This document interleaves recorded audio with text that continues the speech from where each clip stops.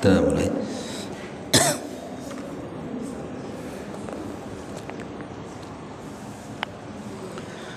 Bismillahirrahmanirrahim.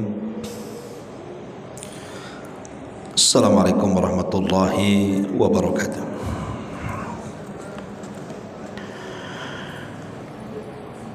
Alhamdulillah, wassalatu wassalamu ala rasulillah wa ala alihi wa sahbihi wa mawalah wa la hawla wa la quwata illa billahi wa ba'du. Alhamdulillah, segala puja dan puji hanya milik Allah subhanahu wa ta'ala. Salawat dan juga salam kita hadiahkan kepada Rasul kita Nabi besar Muhammad sallallahu alaihi wa ala alihi wasallam. Kita lanjutkan kajian kita, masih membahas kitab Minhajul Muslim, dan kita masuk pada bab yang ke-9 tentang akhlak jujur dan juga benar.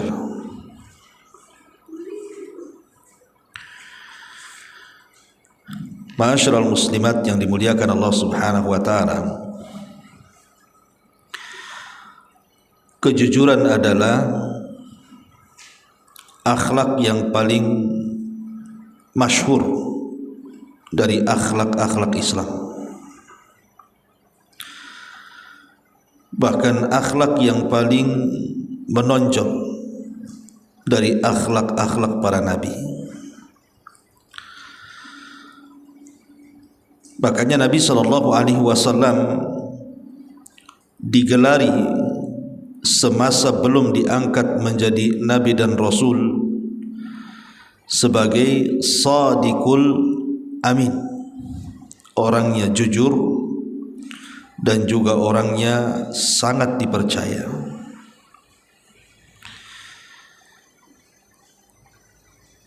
Artinya bahwa akhlak ini sudah ditanam oleh Allah subhanahu wa ta'ala kepada calon seorang nabi, supaya kelak ketika dia diangkat menjadi nabi dan rasul, tidak ada yang bisa mencacati rasul dengan mengatakan Nabi SAW sebagai pendusta dan yang semacamnya. Karena sejak kecil Nabi SAW sudah digelari sebagai As-Sadiqul Amin, orangnya jujur dan juga bisa dipercaya. Lalu di dalam Al-Quranul Karim, akhlak ini sangat banyak sekali pujian-pujiannya. Di antara disebutkan di sini oleh pengarang rahimahullahu taala, surah At-Taubah ayat 119. Ya ayyuhalladzina amanu taqullaha wa kunu ma'as sadiqin. Wahai orang-orang yang beriman, bertakwalah kepada Allah dan hendaklah kalian bersama orang-orang yang benar atau yang jujur. Bahkan Allah subhanahu wa ta'ala memuji orang-orang yang bersifat jujur. Rijalun sadaqu ma'ahadullaha alaihi, orang-orang yang membuktikan janji-janji mereka kepada Allah subhanahu wa ta'ala. Artinya membuktikan janji itu artinya membuktikan kejujuran mereka kepada Allah dan Rasulnya. Karena ayat ini memuji para sahabat Nabi, bagaimana mereka para sahabat Nabi SAW betul-betul mereka membuktikan kejujuran mereka akan janji mereka kepada Allah subhanahu wa ta'ala. Satu contoh umpamanya, bagaimana Abu Bakar Siddiq radhiyallahu an tampil beda dari yang ada saat peristiwa yang sangat spektakuler Isra dan Mi'raj itu. Ketika Nabi SAW melakukan perjalanan dalam waktu yang sangat singkat dari Masjidil Haram ke Masjidil Aqsa, dari Masjidil Aqsa sampai ke Sidratil Muntaha, kemudian balik lagi ke Masjidil Aqsa dan pulang ke kota Mekah. Nabi SAW ketika itu bingung bagaimana cara menceritakannya, karena secara otomatis orang-orang kafir akan mencari celah. Ketika mereka tidak bisa mencari celah kedustaan Nabi SAW, boleh jadi mereka mencari celah dari peristiwa ini, karena peristiwa ini tidak masuk di akal. Jangan-jangan Muhammad itu berdusta, kan begitu. Akhirnya kemudian setelah mereka orang-orang kafir Quraisy mendengar cerita Nabi, mereka istihza, melakukan mengolok-olok kepada Nabi SAW dan menganggap Rasul itu pendusta, karena mustahil melakukan perjalanan sesingkat itu. Makanya sebagian mereka datang kepada Abu Bakar, ingin memberitahu kononnya bahwa Abu Bakar kalau diberitakan tentang kisah Nabi SAW soal peristiwa Isra Mi'raj, pasti dia akan terpengaruh. Tetapi setelah dihabarkan kepada Abu Bakar, justru Abu Bakar menambah keimanannya dan mengatakan jika sudah terucap dari beliau, maksudnya Nabi SAW, la sadaqah, sungguh dia telah benar. Justru Abu Bakar malah membenarkan peristiwa Isra Mi'raj. Makanya Allah Subhanahu wa taala memuji Abu Bakar Siddiq radhiyallahu anhu dengan menurunkan surah Az-Zumar ayat 3-3-nya, walladzi jaa bis-sidqi wa saddaqa bi ulaika humul muttaqun. Dan orang yang membawa kebenaran, maksudnya Nabi SAW, dan membenarkannya, mereka itulah orang-orang yang bertakwa. Artinya walladzi jaa bis-sidqi, dan orang-orang yang membawa kebenaran, maksudnya Nabi SAW bercerita soal Isra Mi'raj, wa saddaqa bih, dan Abu Bakar membenarkannya. Ulaika humul muttaqun, merekalah orang-orang yang bertakwa. Lihat bagaimana Abu Bakar Siddiq radhiyallahu anhu menampakkan kejujurannya, membuktikan janji-janjinya kepada Allah Subhanahu wa taala. Dan akhlak ini juga disebutkan bahwa seluruh kebaikan itu sumbernya daripada kejujuran. Jadi sumber setiap kebaikan itu adalah kejujuran, sebagaimana sumber setiap keburukan itu adalah dusta. Dari sini Nabi SAW mengatakan, alaikum bis-sidqi fa inna as-sidqa yahdi ilal birr wa innal birra yahdi ilal jannah wa ma yazalu ar-rajulu yasduq wa yataharra as-sidqa hatta yuktaba indallahi siddiqa wa iyyakum wal kadhiba fa innal kadhiba yahdi ilal fujur wal fujura yahdi ilan nar wa ma yazalu ar-rajulu yakdhib wa yatakharra al-kadhiba hatta yuktaba indallahi kadzdzaba. Apa kata Rasul? Alaikum bis-sidqi, hendaklah kalian berlaku jujur, karena sesungguhnya kejujuran itu menunjukkan kepada kebaikan. Artinya sumber dari setiap kebaikan itu diawali dengan jujur. Dan sesungguhnya kebaikan itu akan mengarah ke surga. Maka selama seseorang itu terus berlaku jujur, berusaha jujur, sampai dicatat di sisi Allah sebagai orang yang jujur. Tapi hendaklah seseorang itu menghindari dusta, karena sesungguhnya dusta itu menunjukkan kepada perbuatan dosa. Artinya bahwa setiap perbuatan dosa dan keburukan itu pangkalnya adalah dusta. Dan perbuatan dosa atau keburukan itu menunjukkan ke arah neraka. Dan selama seseorang terus-menerus berdusta dan berusaha berdusta, hingga dicatat di sisi Allah Subhanahu wa taala sebagai para pendusta. Lihat bagaimana Nabi sallallahu alaihi wasallam memberikan keterangan kepada kita bahwa kunci setiap kebaikan itu adalah kejujuran dan kunci setiap keburukan itu diawali dengan dusta. Na'udzubillah. Karena begini Bu, sebesar-besarnya dosa zina, sebesar-besarnya dosa mencuri, masih lebih besar dosa dusta. Berzina itu sudah dosa besar, mencuri itu sudah dosa besar, tapi dusta jauh lebih besar dibandingkan berzina dan mencuri. Dan dusta itu lawan daripada jujur. Makanya Nabi SAW ketika ditanya, apakah seorang mukmin itu mungkin mencuri? Kata Rasul, mungkin. Apa seorang muslim itu mungkin berzina? Kata Rasul, mungkin. Apakah seorang muslim itu berdusta? Kata Rasul, tidak mungkin. Seorang muslim tidak mungkin berdusta. Karena Rasulullah SAW mengatakan, al-muslimuna man salimal muslimuna min lisanihi wa yadihi. Seorang muslim itu orang yang lainnya selamat karena lisannya, dia tidak berdusta,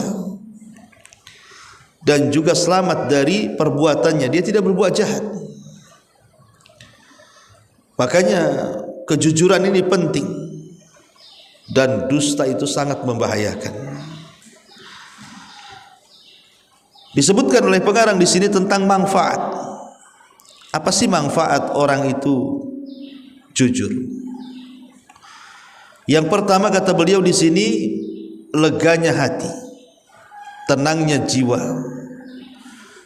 tentramnya sanubari. Nabi SAW mengatakan, as-sidqu tuma'ninatun. Jujur itu ketenangan. Orang kalau jujur Bu tidak akan cemas. Tapi kalau orang dusta itu sukanya cemas dia. Cemas kalau seandainya ketahuan dustanya. Tidak akan tenang hidupnya orang yang suka berdusta itu. Bahkan orang yang suka berdusta itu kalau sudah ma'ruf, kemudian dia mendatangkan berita yang benar sekalipun, tetap orang menganggap dia pendusta. Itu sebagai hukumannya. Ya kan Bu, kalau ada orang yang dikenal, orang itu suka berdusta, sekali dia bawa berita benar, tetap orang-orang menganggap dia berdusta. Itu hukumannya. Ini yang pertama. Yang kedua, mendapatkan keberkahan di dalam usaha dan tambahan kebaikan. Kata Nabi SAW, al-bayyi'ani bil khiyar ma lam yatafarraqa, fa in sadaqa wa bayyana burika lahuma fi bay'ihima, wa in katama wa kadzaba muhiqat barakatu bay'ihima. Dua orang yang berjual beli berhak melakukan khiyar, maksudnya pilihan, selagi belum berpisah. Boleh melanjutkan, boleh tidak, selama belum berpisah. Jika keduanya jujur serta saling terus terang, maka keduanya akan diberkahi di dalam jual belinya. Tapi jika keduanya menyembunyikan cacat atau berdusta, maka akan dihapus berkah jual belinya. Lihat, terkadang di masyarakat itu Bu, orang berpikir bahwa kalau berniaga dan tidak dibumbui dusta, seolah-olah untungnya tak banyak, seolah-olah tak menghasilkan uang yang cukup. Sehingga para pedagang yang kurang beriman kepada Allah dan Rasulnya, yang lemah imannya, terkadang mereka berdusta. Ya contohnya ini, seperti menyembunyikan cacat, pakaian yang hendak dijualnya, celana yang hendak dijualnya, kendaraan yang hendak dijualnya, rumah yang hendak dijualnya, atau dengan cara curang dalam timbangan, menukar-nukar atau mengurang-urang takaran, menukar-nukar barang yang asli dengan yang palsu, dan begitu seterusnya. Itu sering terjadi.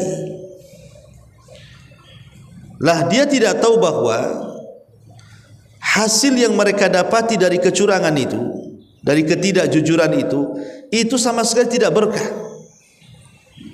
sama sekali tidak ada kebaikannya. Kalau dimakan menjadi uang haram, dan itu penghalang setiap doa yang kita panjatkan. Ini yang kedua, bahwa orang kalau tidak jujur maka berkahnya akan hilang. Sementara kita ini loh hidup ingin mencari berkah. Sedikit tapi berkah jauh lebih baik dibandingkan banyak tak berkah. Kemudian yang ketiga, kebahagiaan setingkat para syuhada. Bayangkan orang yang jujur itu dilevelkan kedudukannya dengan para syuhada. Kata Nabi SAW, man sa'alallaha syahadata bisidqin ballaghahu Allahu manazil asy-syuhada wa in mata ala firashi. Barang siapa yang memohon mati syahid kepada Allah dengan kejujurannya, maka Allah akan menyampaikannya pada kedudukan orang-orang yang mati syahid meskipun dia mati di atas ranjangnya. Makanya ada hadis Nabi mengatakan, malam yaghzu, barang siapa yang tidak pernah berperang ataupun tidak ada niat dalam hatinya untuk berperang, maka Rasul mengatakan mata ala syu'batin nifaq, maka dia mati di atas cabang dari cabang-cabang kemunafikan. Tapi sebaliknya, orang yang berperang di jalan Allah atau minimalnya niat dalam hatinya ingin berperang dengan kejujurannya, sekalipun dia tidak mati di medan pertempuran, maka pahalanya sama dengan pahala orang yang mati di atas pertempuran. Seperti siapa? Khalid ibn Walid. Antah ratusan tusukan pedang, antah ribuan tusukan panah dan tombak di badannya Khalid itu, karena dia dicintakan dengan jihad. Tapi Allah Subhanahu wa taala tidak takdirkan Khalid bin Walid kan mati dalam peperangan, Bu. Harusnya orang seperti Khalid bin Walid mati dalam peperangan, karena dia adalah pemimpin perang, dan entah berantah berapa kali dia mengikuti peperangan sejak zaman Rasul sampai setelah meninggalnya Rasul, dan dia ingin mati syahid. Tapi Allah tidak kabulkan. Justru Khalid bin Walid meninggal di atas pembaringan, sakit. Makanya Nabi SAW mengatakan, man sa'alallaha syahadata bisidqin ballaghahu Allahu manazil syuhada wa in kana mata ala firashi. Barang siapa yang memohon mati syahid dalam hatinya dengan kejujurannya, maka Allah akan sampaikan kedudukannya sekedudukan dengan orang-orang yang mati syahid meskipun dia mati di atas ranjangnya. Ini yang ketiga. Yang keempat, selamat dari bencana yang tidak disukai. Diceritakan bahwa seorang yang melarikan diri datang kepada seseorang yang saleh. Ia mengadukan, sembunyikanlah saya dari orang yang mengejarku. Maka orang saleh ini berkata kepadanya, tidurlah di sini, sambil melemparkan kepadanya penutup dari daun kurma. Maka ketika orang yang mencarinya datang dan menanyakannya, orang saleh itu menjawab kepada mereka, ini di bawah daun kurma. Kan jujur, Bu, memang ada di bawah daun kurma. Namun mengira bahwa orang soleh ini sedang mempermainkan, disangkanya dusta. Akhirnya mereka pun meninggalkan orang tersebut dan dia selamat berkat kejujuran orang soleh itu. Lihat, jelas-jelas orang soleh ini jujur di mana tempat persembunyiannya, tapi karena kemudian dianggap orang soleh ini main-main, akhirnya orang itu meninggalkan dan tidak jadi dibunuh, kan? Dari sini ada faedah bahwa kejujuran itu bisa menyelamatkan. Bahkan disebutkan dalam hadis yang masyhur kan Bu, yang kalau kita cerita tentang tawassul dengan amal soleh itu, tentang kisah 3 orang yang terjerembab dalam sebuah gua kan. Jadi ada 3 orang ini sedang safar, akhirnya tersesat di padang pasir. Ketika sudah mau larut malam, mereka pun mencari tempat perlindungan. Ada gua lah di situ. Masuk dia ke gua. Ketika mereka bertiga sudah di gua, apa yang terjadi? Allah buat pintu gua tertutup dengan batu. Mereka tidak bisa keluar dari situ. Salah seorang di antara mereka mengatakan, "Wallahi ya haula la yunjikum illa sidq. Faliyad'u kulla rajulin minkum bima ya'lam annahu qad sadaqa fi." Maka salah seorang yang berakal di antara 3 orang itu mengatakan, "Demi Allah, kalian semua tidak akan selamat kecuali dengan kejujuran. Kalian tidak akan selamat kecuali dengan kejujuran. Maka berdoalah setiap salah seorang di antara kalian dengan doa yang diketahui yang ia jujur padanya." Bayangkan, akhirnya kemudian 3 orang ini bertawasul dengan kejujuran amalan mereka. Yang satu dengan birrul walidain, yang satu dengan sedekah, dan yang satunya dengan menjaga kehormatan. Akhirnya kemudian pintu gua itu terbuka. Kata para ulama, lihat bagaimana jujur itu tafrijul kurubat, bisa menghilangkan kesulitan. Karena 3 orang yang dalam gua ini, mereka bertawasul kepada Allah Azza wa Jalla dengan amal soleh yang paling mereka miliki dari keikhlasan, dari kejujuran. Jadi 3 orang ini berfikir amalan apa gitu yang kira-kira ketika dia beramal itu paling jujur amalannya, ikhlas karena Allah Subhanahu wa taala. Maka ketika mereka bertawasul dengan amal soleh itu, tiba-tiba kemudian terbukalah pintu itu. Lihat bagaimana keutamaan orang yang jujur itu juga bisa tafrijul kurubat, bisa menghilangkan kesulitan. Bahkan juga kejujuran adalah taufik untuk melakukan setiap kebaikan. Jadi orang yang jujur itu akan diberikan taufik, diberikan kebaikan dunia dan akhirat. Seperti kisah Ka'ab ibn Malik kan Bu. Jadi ketika Nabi SAW perang kalau tidak salah perang Tabuk, itu kan perang terakhir ya, yang Nabi memimpin pasukan melawan orang-orang Nasrani Romawi. Jadi karena Tabuk itu jauh dari kota Madinah, banyak orang yang tak mau ikut perang Bu, terutama orang-orang munafik. Maka mereka mencari-cari alasan supaya mereka tidak ikut perang. Mereka berdusta di hadapan Nabi. Kecuali 3 orang. Salah satunya Ka'ab bin Malik radhiyallahu anhu. Dan juga saya lupa namanya. 3 orang lah, salah satunya Ka'ab bin Malik pokoknya. 3 orang ini jujur dan memberikan alasan kenapa dia tidak ikut perang Badar, perang Tabuk. Makanya Nabi SAW bertanya kepada Ka'ab bin Malik ini, dan Ka'ab bin Malik menjawab dengan kejujurannya. Makanya Rasul mengatakan, "Amma hadza faqad shadaqa." Adapun orang ini, maksudnya Ka'ab bin Malik, sungguh telah jujur.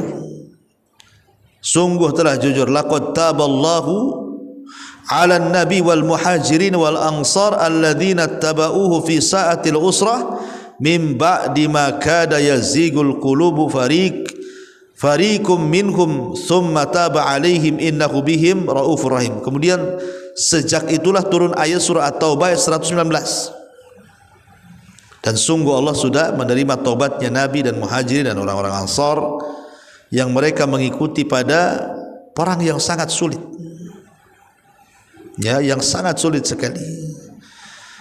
Yaitu perang Tabuk yang memang sulit, ya, lawannya keras gitu ya. Tetapi ketika kejujuran Ka'ab bin Malik, akhirnya Allah pun mengampuni dosanya. Kemudian juga kejujuran itu adalah husnul aqibati li ahli fid dunya wal akhirah. dia akan mendapatkan akhir kebaikan, baik di dunia ataupun di akhirat. Baik di dunia ataupun di akhirat. Di dunia, contoh kisahnya siapa? Kisahnya Nu'man ibn Thabit. Thabit ibn Ibrahim, ayahanda daripada Abu Hanifah. Jadi ketika dia bekerja di salah satu ladang dari ladang-ladang pohon, buah delima. Jadi dia bekerja di salah satu ladang buah delima. Jadi majikannya kemudian datang meminta untuk diambilkan buah delima, dia ambilkan, tapi tidak mendapatkan yang manis rasanya, malah yang asam gitu ya. Kemudian memerintahkan lagi untuk mengambil lagi buahnya, dapat yang asam lagi, tidak ada yang manis, sampai berkali-kali, sehingga marahlah majikannya dan mengatakan, kau sudah bekerja lama di sini, kenapa kau tidak bisa membedakan mana delima manis mana delima masam? Ya. Maka dengan jujurnya ayahanda Abu Hanifah mengatakan, demi Allah wahai Tuan, selama saya bekerja di sini, jangan lagi yang ada di pohon delima itu, yang jatuh pun saya tidak pernah makan. Yang jatuh pun tak bisa saya ambil, apalagi yang ada di pohonnya. Sehingga aku tidak pernah merasakan delimamu ini manis ke asam, saya tak tahu. Apalagi sampai membeda-bedakan yang ini manis, yang ini asam, saya tidak paham. Maka ketika majikannya ini melihat kejujurannya, Thabit ibn Ibrahim, akhirnya kemudian dia pun meminang untuk putrinya. Dari pernikahannya lahirlah Abu Hanifah. Itulah berkah kejujuran gitu ya, melahirkan keluarga yang baik. Termasuk juga hal yang sama terjadi kepada Abdullah ibn Mubarak, ayahandanya. Karena kejujurannya akhirnya menikah dengan wanita yang salehah, lahirlah Abdullah ibn Mubarak. Dan begitu seterusnya. Itu manfaat jujur di dunia itu akan mendapatkan keberkahan di dunia dan juga di akhirat. Kalau di akhirat sudah jelas Allah akan memanggil orang-orang yang jujur di hadapan khalaik, di hadapan makhluknya yang ada di padang mahsyar itu, supaya orang-orang yang jujur itu berdiri dan disaksikan semua orang. Ma'asyiral muslimat yang dimuliakan Allah Azza wa Jalla, termasuk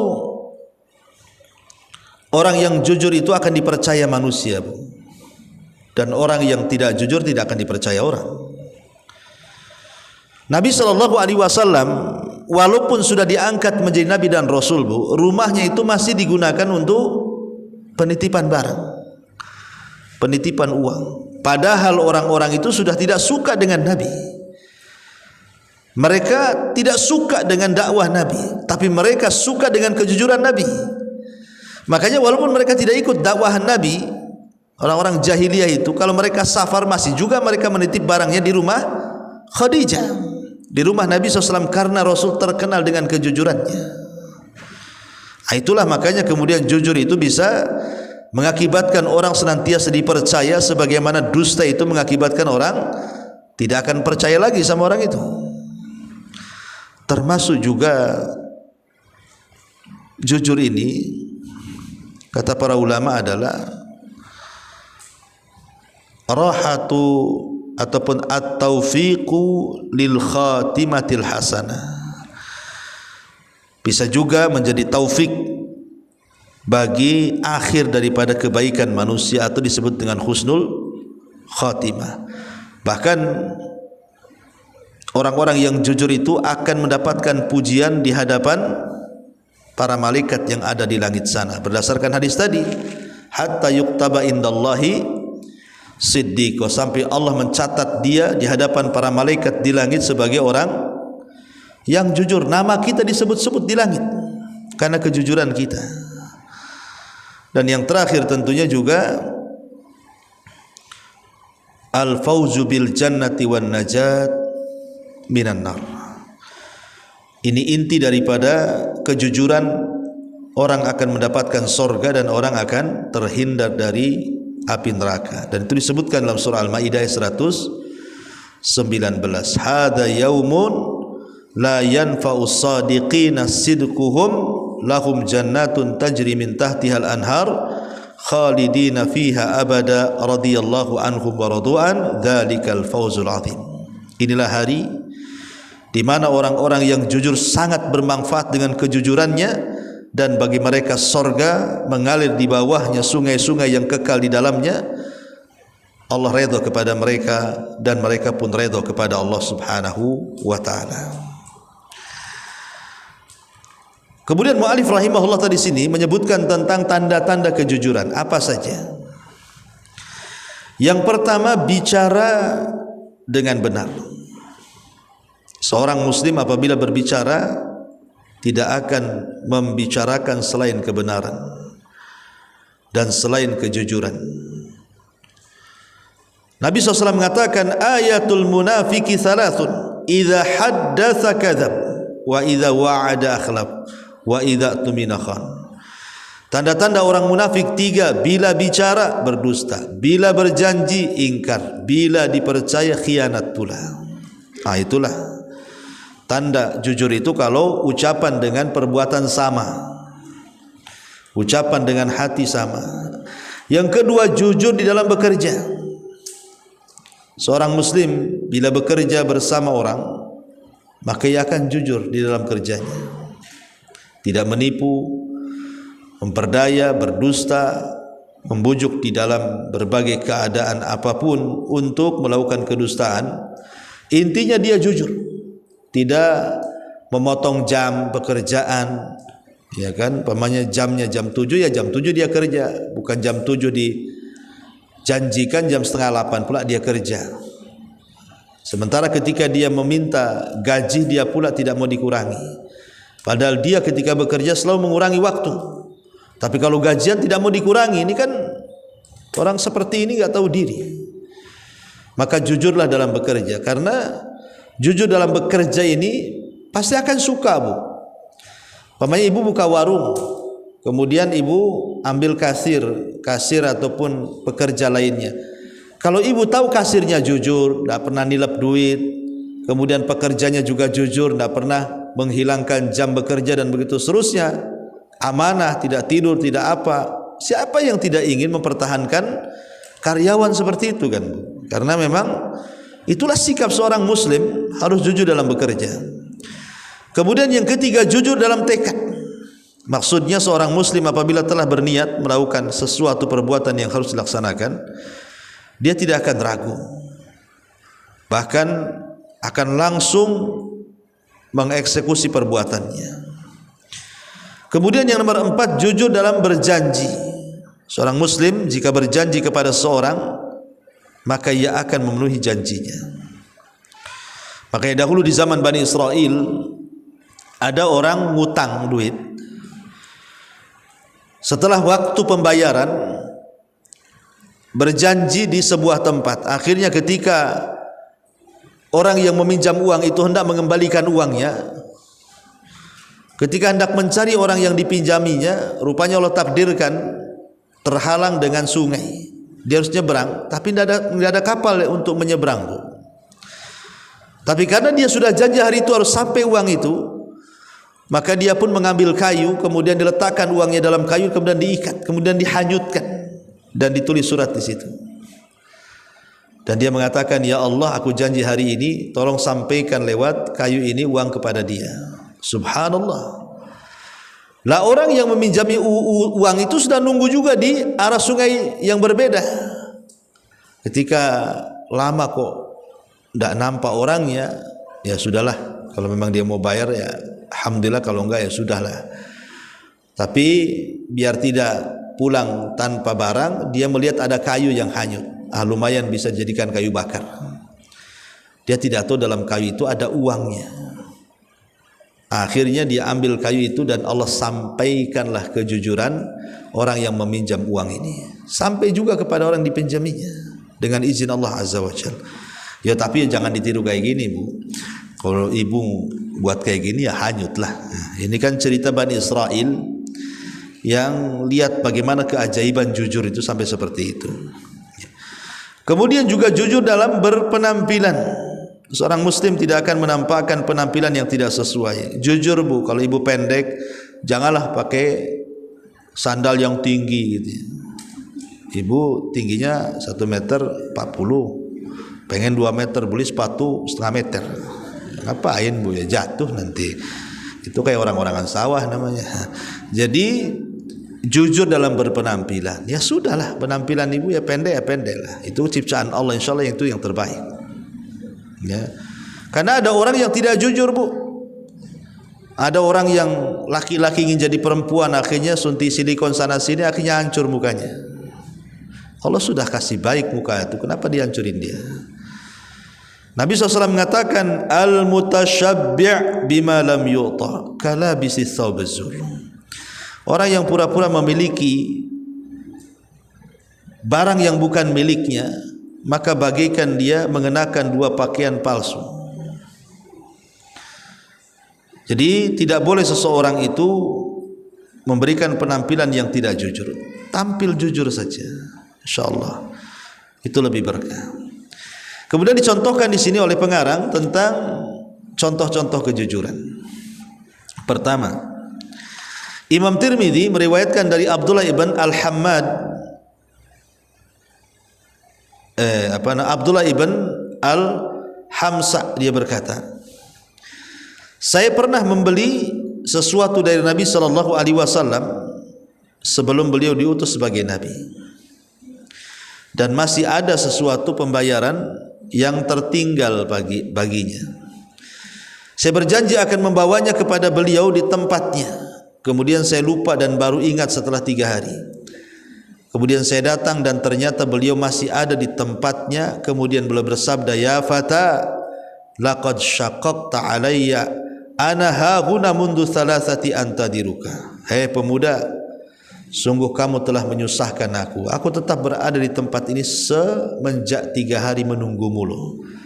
Lihat Rasul SAW sampai menunggu 3 hari karena memang janjinya ketemu di situ.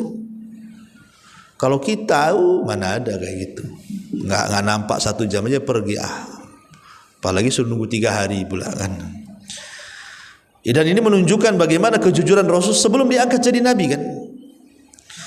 Kemudian contoh yang kedua, Al-Hajjaj bin Yusuf, gubernur Irak yang terkenal sangat kejam itu, berkhutbah di satu hari.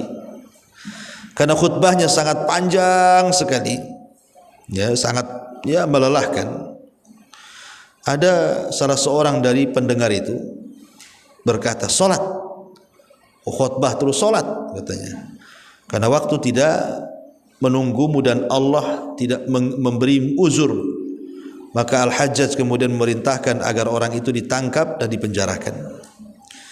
Kemudian kaumnya mendatanginya dan berdalih bahwa orang itu gila. Apa kata Al-Hajjaj? Jika dia mengaku gila, ia akan aku lepas dari tahanannya.